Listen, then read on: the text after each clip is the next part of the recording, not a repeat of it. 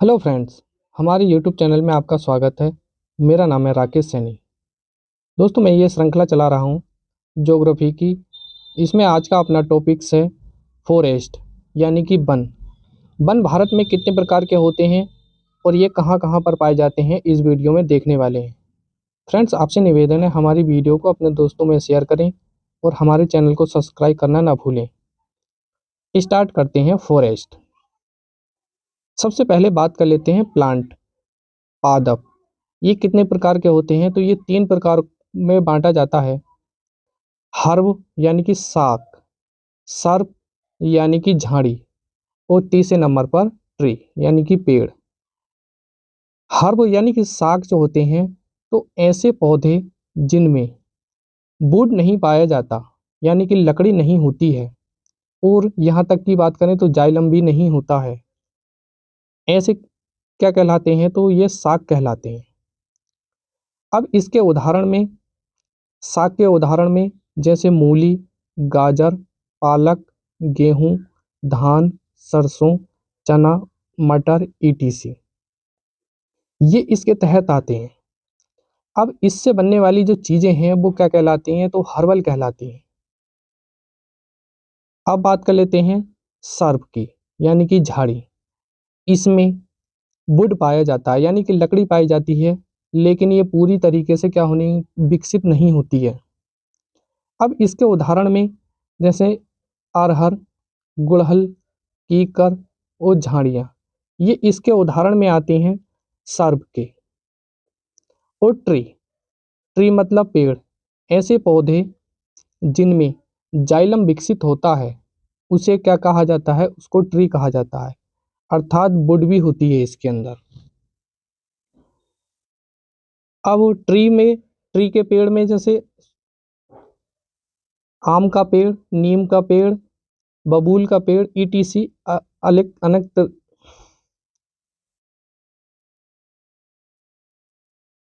अब इसके उदाहरण के बारे में बात कर लेते हैं पेड़ के। तो इसमें अनेक प्रकार के पेड़ पाए जाते हैं, जैसे आम का पेड़, नीम का पेड़, ईटीसी। अब और इससे अलग हट के बात कर लेते हैं जैसे क्रॉप, यानी कि फसल। फसल होती हैं हर्ब, सर्ब और ट्री, ये तीनों ही, जिसमें इनको क्या कहा जाता है, तो जिसे लगाया जाता है और जिसके उत्पादकों को क्या करा जाता है, संग्रहित किया जाता है, वो किसके तहत आती हैं, तो क्रॉप के तहत आती हैं। और फॉरेस्ट के तहत कौन सी आती हैं, तो हर्ब, सर्ब और ट्री, जिसे लगाया नहीं जाता, जो अपने आप में क्या करती हैं, उग जाती हैं, उनको कहा जाता है फॉरेस्ट, यानी कि वन कहा जाता है। फॉरेस्ट्री, वानिकी, हर्ब और सर्ब, ट्री जैसे लगाए जाते हैं, जैसे पार्कों में, सड़कों में, इनके किनारों पर जो लगाए जाते हैं, ऐसी खेती को वानिकी कहा जाता है। क्रॉप को 3 भागों में डिवाइड कर लेते हैं, फूड क्रॉप, प्लांटेशन और हॉर्टिकल्चर। फूड क्रॉप खाद्यान्न फसलें, जैसे चावल, गेहूं, मक्का, ज्वार, ईटीसी, इसके तहत आते हैं। और प्लांटेशन के तहत आती है चाय, कॉफी और नारियल। जबकि हॉर्टिकल्चर यानी कि बागवानी के तहत फूल की खेती, फल की खेती और सब्जी की खेती, इसके तहत कौन सी आती हैं, तो बागवानी के तहत आती हैं ये फसलें। फॉरेस्ट, वन, खाली जगह भी हो सकते हैं, क्योंकि खाली जगह छोड़ने पर ही पेड़ पौधे उगते हैं, ये वन कहलाते हैं। जबकि हर्ब, सर्ब और ट्री, वृक्ष नहीं लगाए जाते, ये अपने आप क्या करते हैं, उगते हैं।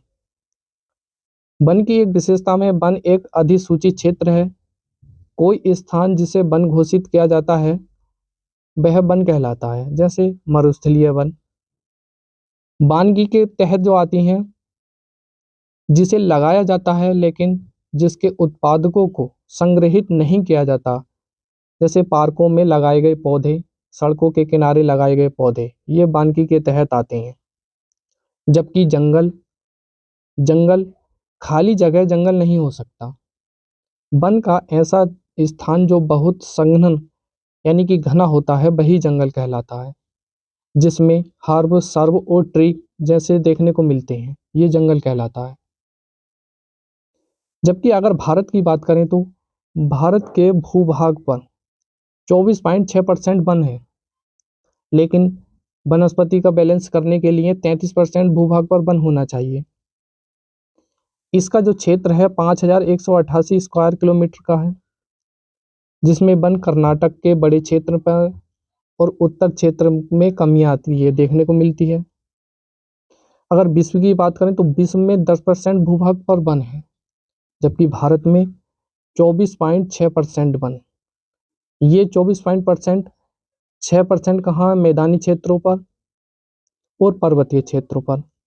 मैदानी क्षेत्रों पर 25% है, जबकि पर्वतीय क्षेत्र पर कितना है तो यह है 60%।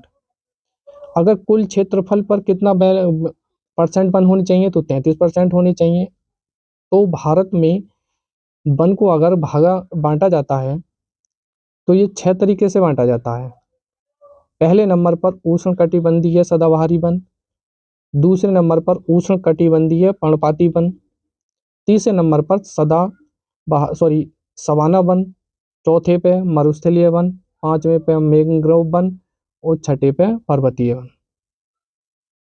MOFECC यानी कि ministry of forest, environment and climate change, इसके द्वारा क्या करा गया है, वन पर्यावरण एवं जलवायु परिवर्तन मंत्रालय के तहत वनों को 6 भागों में बांटा है। अब प्राकृतिक वनस्पति ही क्या है, फॉरेस्ट है, यानी कि वन है। प्राकृतिक वनस्पति में तो बिना मानव की सहायता से जो उगती है वो प्राकृतिक वनस्पति कहलाती है। आइए समझ लेते हैं पहले नंबर पर उष्णकटिबंधीय सदाबहारी वन। तो ऐसे वन जिनकी पत्तियां एक साथ नहीं गिरती उन्हें सदाबहारी या चिरहरित वन कहा जाता है। इनकी एक खास बात यह है कि ये 200 सेंटीमीटर से अधिक वर्षा वाले क्षेत्र में देखने को मिलती हैं। तो ये भारत में अगर कुल की बात करें तो कुल वनों के कितनी है, ये 7% है। इनके लिए उच्च तापमान और उच्च आर्द्रता वाले क्षेत्र में वन पाए जाते हैं, ये देखने को मिलते हैं। ये कहाँ कहाँ देखने को मिलते हैं, एक तो पश्चिमी तट पर और दूसरा पूर्वी तट पर। पूर्वी तट में अरुणाचल प्रदेश, नागालैंड, मणिपुर, मिजोरम, मेघालय, सिक्किम, इन क्षेत्रों में देखने मिलते हैं। यहाँ तक की बात करें तो पूर्वी घाट पर, पश्चिमी घाट पर और अंडमान निकोबार क्षेत्र पर भी सदाबहारी वन पाए जाते हैं।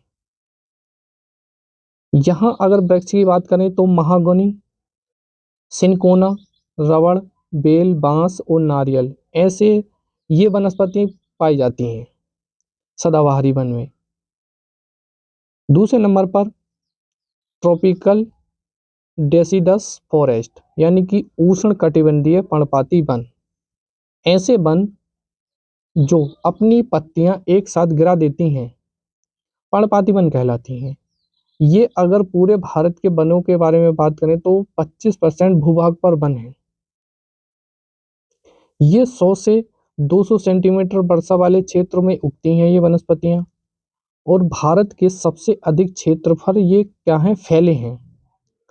अब उत्तरी गंगा घाट पर, मध्य गंगा घाट पर और निचली गंगा घाट पर देखने को मिलते हैं। इसमें अगर क्षेत्र की बात करें तो यूपी, उत्तराखंड, बिहार, महाराष्ट्र, मध्य प्रदेश, कर्नाटक, तमिलनाडु, झारखंड, बंगाल और आंध्र प्रदेश, इन क्षेत्रों में देखने को मिलते हैं पर्णपाती वन। अब ये जो वृक्ष होते हैं तो आम, जामुन, साल, महुआ, शीशम और सागवान, ये क्षेत्र में फैले हुए हैं। और ये आम के, जामुन के, साल के, महुआ, शीशम और सागवान जैसी यहाँ पे वनस्पतियाँ देखने को मिलती हैं। इनसे क्या है, इमारती नहीं बनती, मतलब ये फर्नीचर नहीं बनते हैं इनसे। ये सख्त एवं कठोर होते हैं ये लकड़ियाँ। तीसरे नंबर पर सवाना वन। तो सवाना वन ऐसे वन जिसमें वृक्ष व झाड़ी दोनों पाए जाते हैं। वृक्ष और झाड़ी के बीच की स्थिति क्या कहलाती है, तो सवाना फॉरेस्ट कहलाती है ये। सवाना वन को उष्णकटिबंधीय सूक्ष्म वन भी कहा जाता है। ये भारत में कितने हैं? 8% पर है। ये 50 से लेकर 100 सेंटीमीटर वर्षा वाले क्षेत्र में उगती हैं।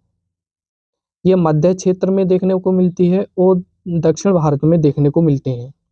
इनका जो क्षेत्र है महाराष्ट्र का, कर्नाटक का, आंध्र प्रदेश का, तमिलनाडु का, तेलंगाना का, दिल्ली का और पूर्वी क्षेत्र। इनकी एक विशेषता है, ये छोटे वृक्ष होते हैं, छोटे कद के होते हैं। चौथे नंबर पर बात कर लेते हैं डेजर्ट फॉरेस्ट, मरुस्थलीय वन। ये इनकी विशेषता है कि ये 50 सेंटीमीटर से कम वर्षा वाले क्षेत्र में होते हैं। इनका जो क्षेत्र है पश्चिमी घाट है, राजस्थान है, कर्नाटक है, आंध्र प्रदेश है। यहाँ पर मरुस्थलीय वन पाए जाते हैं। यहाँ पर नागफनी, कीकर, कैक्टस, बबूल और खेजड़ी ऐसे वृक्ष देखने को मिलते हैं। अब बात कर लेते हैं मैनग्रोव फॉरेस्ट की। मैनग्रोव फॉरेस्ट, इन्हें डेल्टाई कहा जाता है, कच्छ वन कहा जाता है, गरान वन कहा जाता है, ज्वारीय वन और सुंदर वन। इन नामों से मैनग्रोव फॉरेस्ट को जानते हैं। दुनिया में सबसे अधिक मैनग्रोव वन कहाँ है? भारत में ही पाए जाते हैं। भारत में वनों का ये कितना है? तो 5% है। दुनिया का जो सबसे बड़ा डेल्टा है वो गंगा और ब्रह्मपुत्र का है। देखो ये गंगा जी हैं, भगीरथी मिलकर आ जाती हैं यहाँ पर, और इधर से जो है क्या निकलती है? ब्रह्मपुत्र निकलती है। हुगली और मेघना, ये दोनों जो है गंगा और ब्रह्मपुत्र की सहायक नदी हैं। यही दुनिया का जो सबसे बड़ा डेल्टा है, यही सुंदरवन का डेल्टा ये बनाती हैं। कहाँ बनाती हैं? तो पश्चिमी बंगाल में। समुद्र के किनारे है इसका क्षेत्र, तट के किनारे है और दलदली इलाकों में है और डेल्टाई क्षेत्र में ये देखने को वनस्पतियां मिलती हैं। मैनग्रोव की भी जो विशेषता है, मैनग्रोव वनों की लकड़ियां सड़ती नहीं हैं, इसलिए इनसे जीवन रक्षक नौकाएं बनती हैं। लकड़ी क्या होती है? हल्की होती है। ये मैनग्रोव वन भूमि कटाव को रोकते हैं। केवड़ा यानी कि सुंदरी वृक्ष पाए जाते हैं ज्यादातर।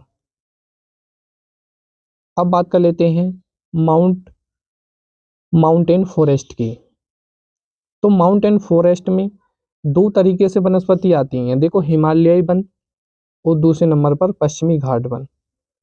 पश्चिमी घाट अगर भारत के नक्शे में देखें तो कालसुवई, महाबलेश्वर, कुद्रेमुख, दोदा बेट्टा, अन्नामलाई, कन्नाई और नीलगिरी।